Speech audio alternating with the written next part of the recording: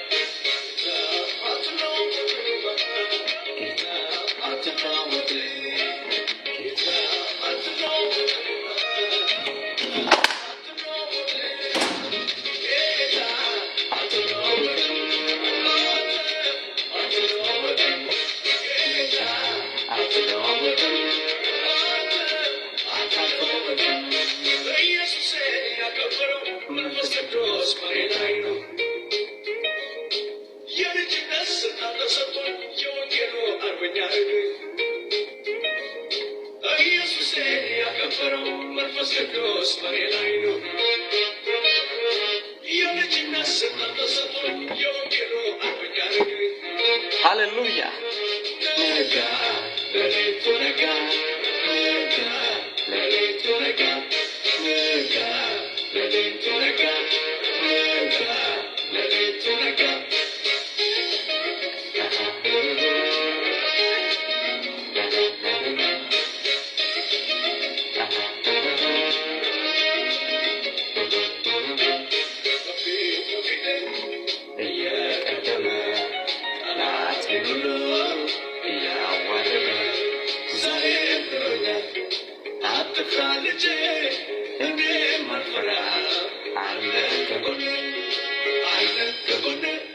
አለ ከጎን ካንተ ጋር አለ ካንቺ ጋር አለ ከጎንሽ ኢየሱስ አለ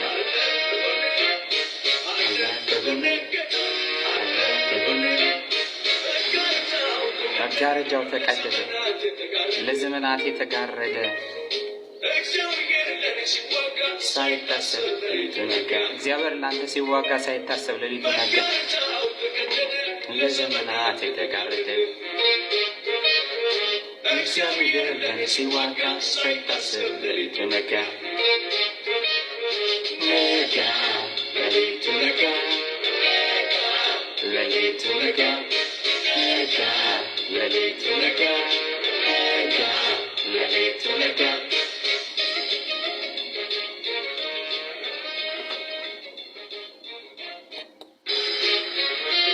ሃሌሉያ እግዚአብሔር ስም የተባረከ ይሁን።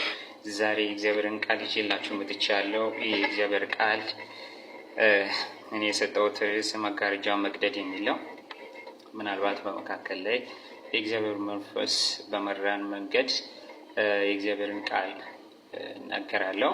በዚህ የእግዚአብሔር ቃል ውስጥ የሚሆን ነገር አለ። ዛሬ እግዚአብሔር አንድን መጋረጃ ይቀዳል። ያ መጋረጃ ለዘመናት የነበረ መጋረጃ ነው። ያንን መጋረጃ በጌታ በኢየሱስ ክርስቶስ ስም ነው የምንቀደው።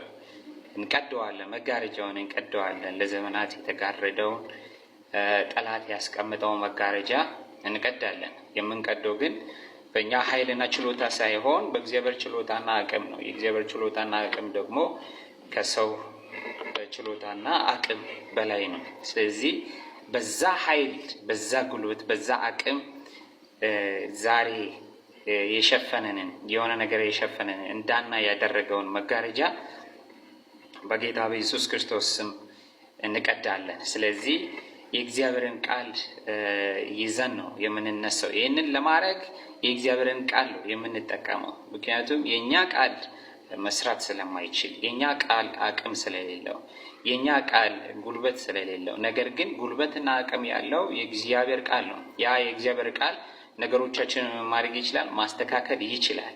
ማየት ያልቻልነው ማየት እንድንችል የሚያደርገው የእግዚአብሔር ቃል ሲመጣ ብቻ ነው። የእግዚአብሔር ቃል ከመጣ ያ የእግዚአብሔር ቃል ምን ማድረግ ይችላል ማለት ነው? ነገሮቻችንን መቀየር፣ ነገሮቻችንን ማስተካከል ይችላል። ስለዚህ ለዚህ ርዕስ የሰጠሁት መጋረጃ መቅደድ የሚል ነው። መጋረጃ መቅደድ የሚለው በማቴዎስ ምዕራፍ 27 ከቁጥር 50 እስከ 53 ድረስ ነው። ብዙ አልቆይም። ከቁጥር 50 እስከ 53 ምዕራፍ 27 ከቁጥር 50 እስከ 53 ድረስ። ቁጥር 50 ላይ ኢየሱስም ሁለተኛ በታላቅ ድምፅ ጮሆ ነፍሱን ተወ ይላል። በመስቀል ላይ ነው። ኢየሱስ ሁለተኛ በታላቅ ድምፅ ጮኸ፣ ነፍሱን ተወ።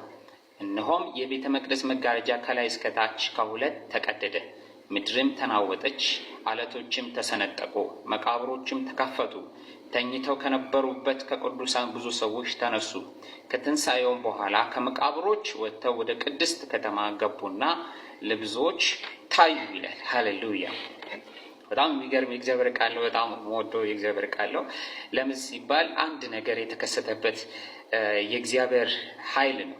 ምክንያቱም መስቀል ላይ የተሰራ ስራ አለ። ያ መስቀል ላይ የተሰራው ስራ በመቅደድ ነው የተፈጸመው።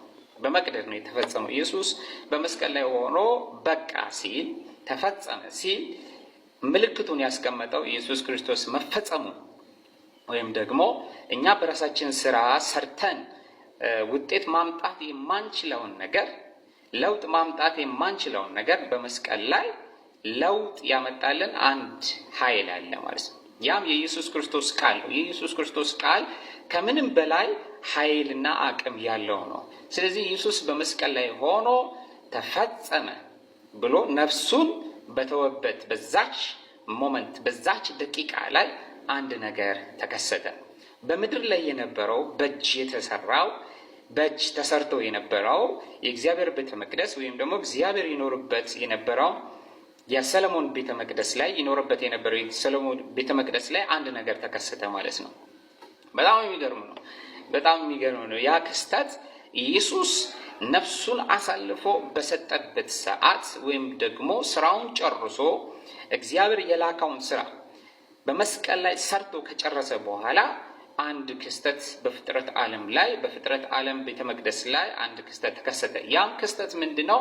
መጋረጃው ሃሌሉያ! የቤተ መቅደስ መጋረጃ ከላይ ነው የሚለው፣ ከላይ እስከ ታች ከሁለት ምን አደረገ ይላል? ተቀደደ ይላል።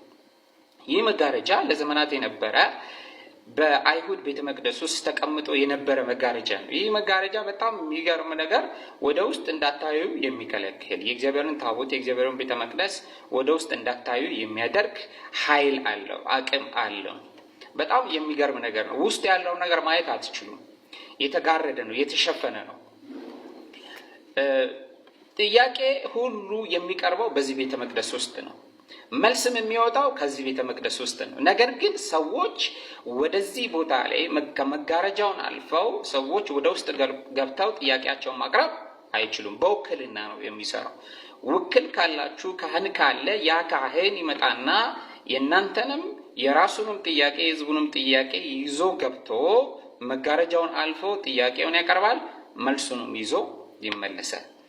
ዛሬ ግን ኢየሱስ በመስቀል ላይ በሚሰቀልበት ሰዓትና ደቂቃ ላይ ነፍሱን በሰጠበት በዛች ሰዓትና ሞመንት በዛች ደቂቃ ላይ ወዲያው ነፍሱን ከሰጠ በኋላ ተፈጸመ ካለ በኋላ የምድር ስራ በሙሉ በመስቀል ላይ መፈጸሙን ካወጀበት ሰዓትና ደቂቃ ጀምሮ የቤተ መቅደስ መጋረጃ ከላይ እስከ ታች ምን አደረገ ይላል? ለሁለት ተቀደደ ይላል። በጣም የሚገርም ነገር ነው። ለሁለት ተቀደደ ይላል። ደግሞ አቀዳደዱ በጣም የሚገርማችሁ ነገር ከላይ ነው የጀመረው። ሃሌሉያ! ከየት ነው የጀመረው? ከላይ ነው የጀመረው። ከላይ ጀምሮ ወደ ታች ተቀደደ ይላል። እንዴት ነው የተቀደደው? ለሁለት ነው የተቀደደው፣ ወደ ግራና ወደ ቀኝ።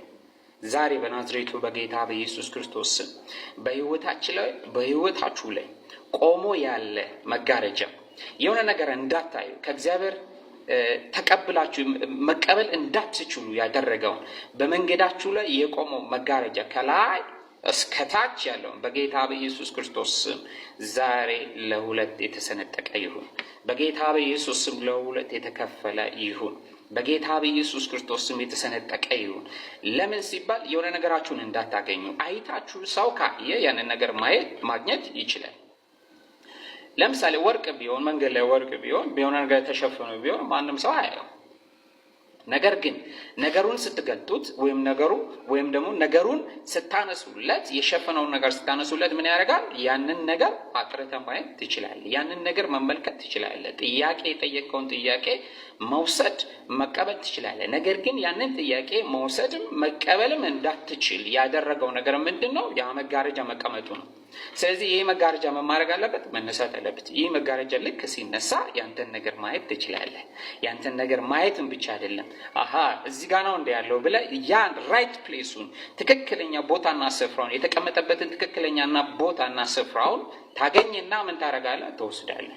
የዛን ጊዜ ለራስህ ለህይወት ለውጥ ይሆናል። ስለዚህ መጋረጃው አሁን በጣም የሚገርማችሁ ነገር መጋረጃው መቀየሩን እናያለን፣ መቀደዱን እናያለን።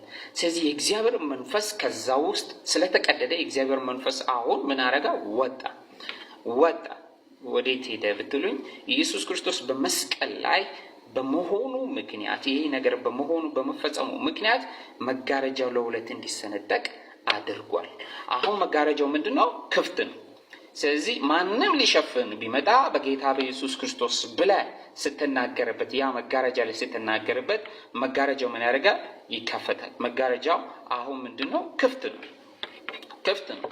ኢየሱስ ክርስቶስ ጌታ ነው። አንተ ብቻ በኢየሱስ ክርስቶስ ማመን ነው። በኢየሱስ ክርስቶስ ልክ ስታመን ቀጥታ መጋረጃው አይኖርም ማለት ነው።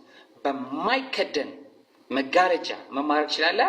በእግዚአብሔር ዓለም ውስጥ ገብታ ያንተን ጥያቄ ማቅረብ ትችላለህ። አሁን ካህን አያስፈልግም። አሁን ድልድይ አያስፈልግም። አሁን አማላጅ አያስፈልግም። አሁን መሸጋገሪያ አያስፈልግም። አሁን ቅያስ አያስፈልግም። አሁን በቀጥታ ነው እግዚአብሔር እየሰራ ያለው። ምክንያቱም መጋረጃው ምን ብሏል? ተቀዷል። ምክንያቱም ከዛም በተጨማሪ ደግሞ ይህንን መጋረጃ ያስቀመጡ ኃይሎች አሉ። እነዛ ኃይሎች ካልተወገዱ በስተቀር አንተና እግዚአብሔር መገናኘት አትችሉ። ለምሳሌ መልአክ ያማልደኛል ብለህ ካሰብክ መልአክን መሀል ላይ ካስገባኸው መልአኩ ምንድነው የሚሆነው? መጋረጃ ነው የሚሆነው። ስለዚህ እግዚአብሔርን አንተ ማግኘት አትችልም። ምክንያቱም በዮሐንስ ምዕራፍ 14 ቁጥር 6 ላይ ሲናገር ኢየሱስ ሲናገር እኔ እውነትም መንገድም ሕይወትም እኔ ነኝ፣ በእኔ በቀር ወደ አብ የሚመጣ የለም ብሏል። ስለዚህ መጋረጃው የተወሰደው በዚህ ምክንያት ነው። ምክንያቱም ኢየሱስ ምን ስለሆነ? እውነት ስለሆነ። ኢየሱስ ምን ስለሆነ? መንገድ ስለሆነ።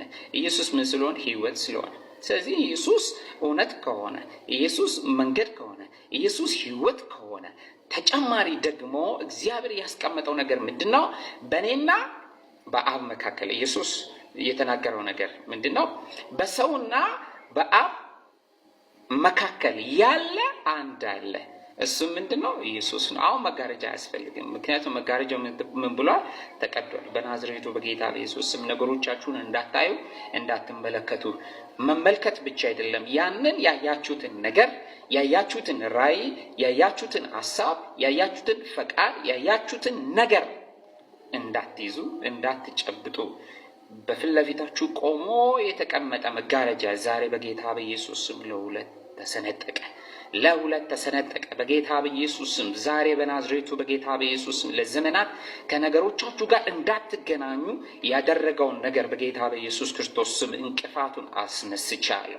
እንቅፋቱን በኢየሱስ ስም አንስቻለሁ። በጌታ በኢየሱስ ክርስቶስ ስልጣንና ኃይል በጌታ በኢየሱስ ስም ከመንገዳችሁ ላይ፣ ከህይወታችሁ ላይ፣ ከኑሯችሁ ላይ፣ ከመውጣት መግባታችሁ ላይ በናዝሬቱ በጌታ በኢየሱስ ክርስቶስ ስም ይህን ኃይል ያለው መጋረጃ በጌታ በኢየሱስ ስም ለዘመናት የተቀመጠ ከዘር ማንዘር ሲመጣ የተገናኘ መስመር በጌታ በኢየሱስ ከዲኤንኤያችሁ ላይ ወደ ልጆቻችሁ የሚተላለፍ የትኛው በሽታ መጋረጃ የሆነ በሽታ በጌታ በኢየሱስ ክርስቶስ ስም ዛሬ ተቀደደ። በኢየሱስ ስም ተቀደደ። በኢየሱስ ስም ተቀደደ። በኢየሱስ ስም ተቀደደ። በኢየሱስ ስም ተቀደደ። በጌታ በኢየሱስ ስም በጌታ በኢየሱስ ስም ተቀደደ ተቀደደ ተቀደደ ተቀደደ ተቀደደ ተቀደደ ተቀደደ ተቀደደ ተቀደደ። ራይት ናው በጌታ በኢየሱስ አሁን በጌታ በኢየሱስ ስም ከዲኤንኤያችሁ ላይ፣ ከነገራችሁ ላይ፣ ከህይወታችሁ ላይ፣ ከምዕራፋችሁ ላይ በኢየሱስ ስም ከራያችሁ ላይ በኢየሱስ ስም ተቀደደ ተቀደደ ተቀደደ ተቀደደ ተቀደደ ተቀደደ። የስ ተቀደደ። Yadora siana mota shila ados wariana monta eladuso kobondo vonto poshina alia rosa ni mandora yariadoso orokondo sipalachi elabura namanto ለማይገባችሁ ሰዎች ይህ እግዚአብሔር ቋንቋ ነው፣ አዲስ ቋንቋ ነው። ኢየሱስ ክርስቶስ ጌታ። ይህ የእግዚአብሔር ምልክት ነው። ሌራዱስ ኢፕሮኖሶ ኦሞንቶሺና ሊያሲያሪና ሀሪያጎዶ ጎፖሺፕሬ። እስቲ አሁን ወደ ሁለተኛ ቆሮንቶስ ምዕራፍ 3 ቁጥር 13 እስከ 18 ያለውን ደግሞ እናነባለን። ኢየሱስ ጌታ። የዚያንም ይሻር የነበረው መጨረሻ ካፍ ብዬ ላምብ። እሺ ሁለተኛ ቆሮንቶስ ምዕራፍ 3 ቁጥር 13 እንግዲህ እንዲህ ያለ ተስፋ ካለን እጅግ ገልጠን እንናገራለን። ሃሌሉያ። ምን ካለ እንግዲህ እንዲህ ያለ ተስፋ ካለን፣ እንዲህ ያለ ተስፋ ካለን፣ መጋረጃን የሚቀድ ተስፋ ካለን ገልጠን ምን እናደርጋለን? እንናገራለን። ገልጠን እንናገራለን፣ ገልጠን እናወራለን። የዚያንም ይሻር የነበረው ምን ይሻር የነበረው መጨረሻ ትኩር ብለው የእስራኤል ልጆች እንዳይመለከቱ። አያ ምንድነው የሚለው? የዚያንም ይሻር የነበረው መጨረሻ ትኩር ብለው የእስራኤል ልጆች እንዳይመለከቱ በፊቱ መጋረጃ እንዳደረገ እንደ ሙሴ አይደለንም። ሃሌሉያ። እንደ ሙሴ አይደለንም። ነገር ግን ሐሳባቸው ደነዘዘ። ብሉይ ኪዳን ሲነበብ ያ መጋረጃ ሳይወሰድ እስከ ዛሬ ድረስ ይኖራልና በክርስቶስ ብቻ የተሻረ ነውና። ይህ መጋረጃ በምን የተሻረ ነው? በክርስቶስ ብቻ የተሻረ ነው። አሁን የሚሻረው ነገር ሳይሆን በምን የተሻረ ነው ማለት ነው? በክርስቶስ ብቻ ምን ያደረገ? የተሻረ ነውና።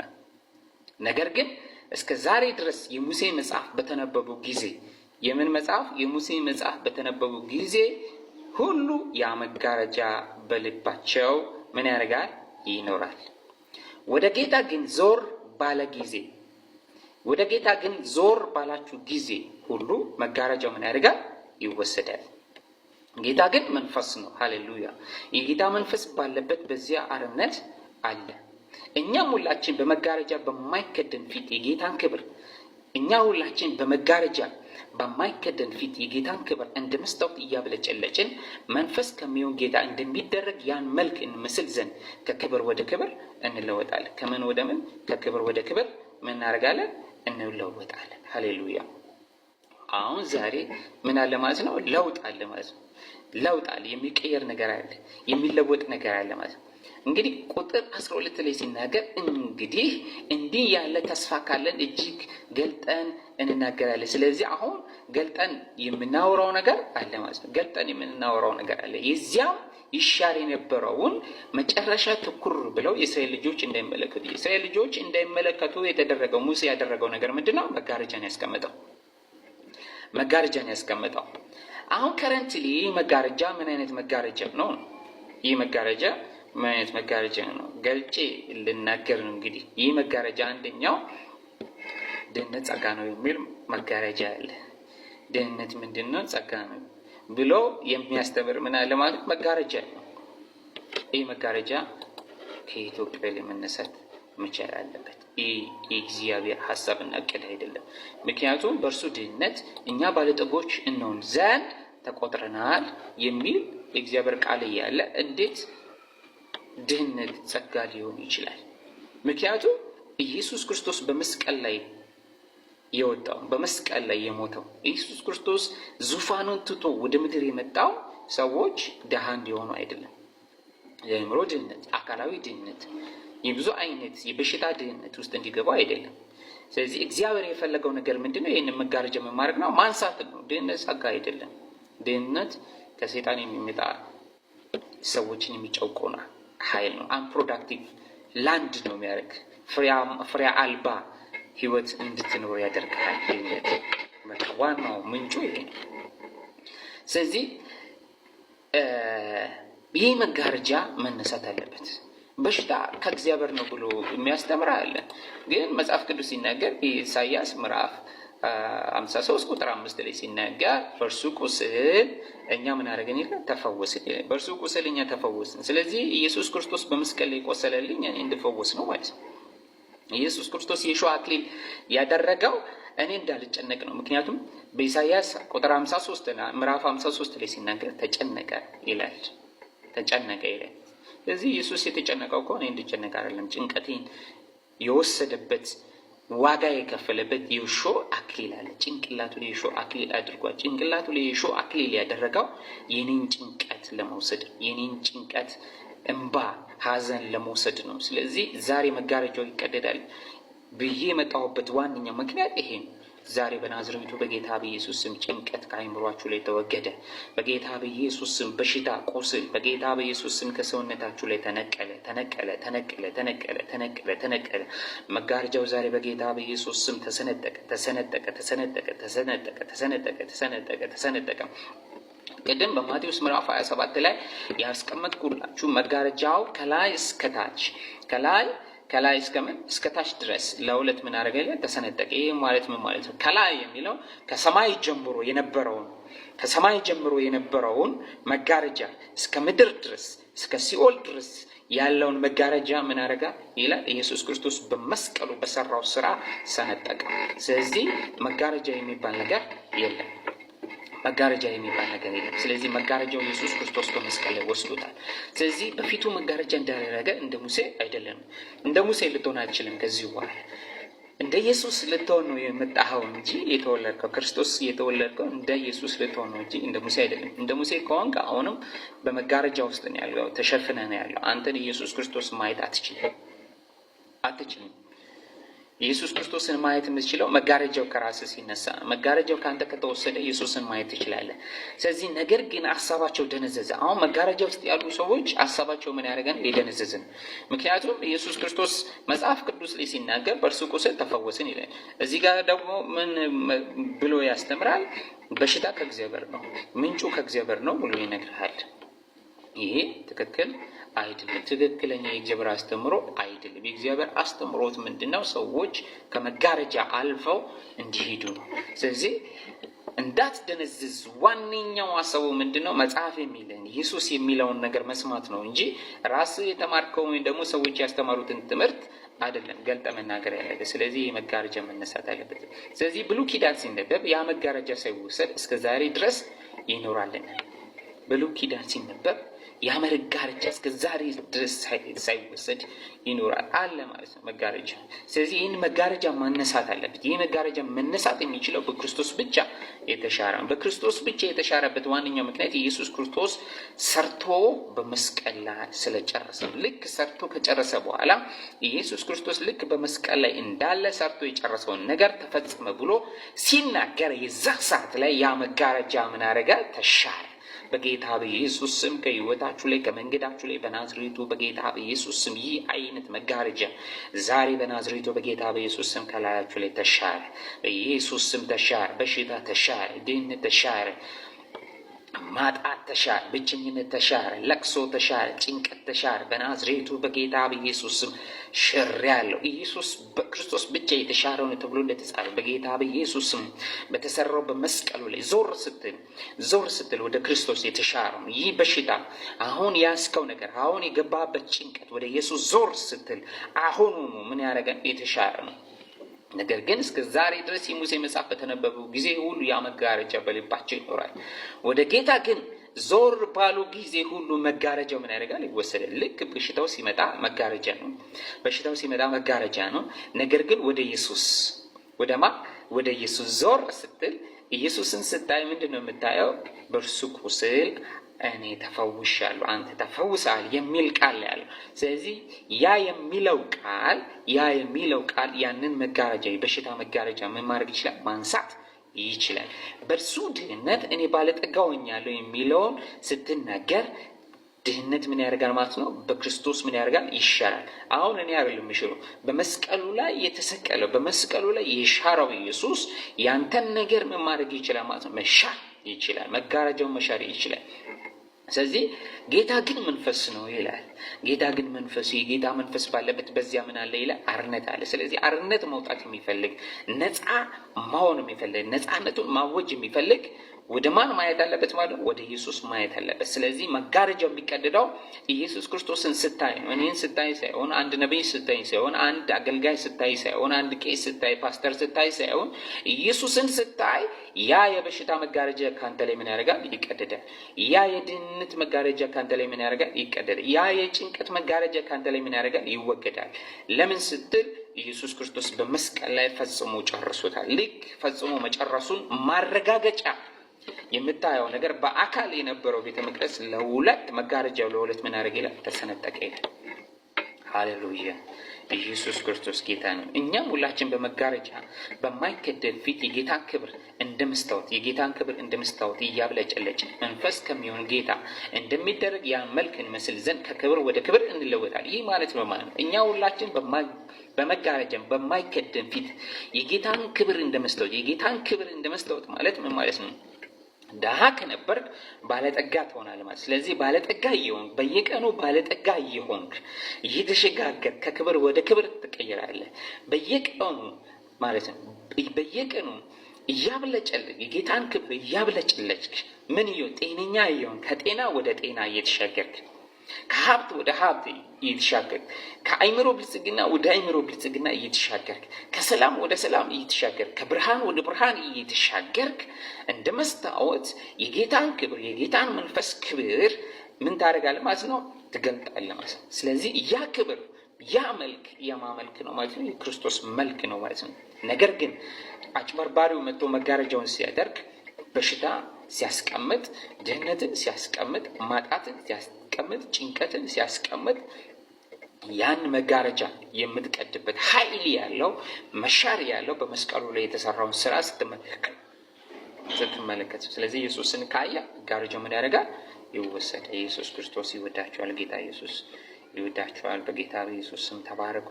በሚቀጥለው እስከምንገናኝ እግዚአብሔር ከእናንተ ጋር ይሁን። ሻሎም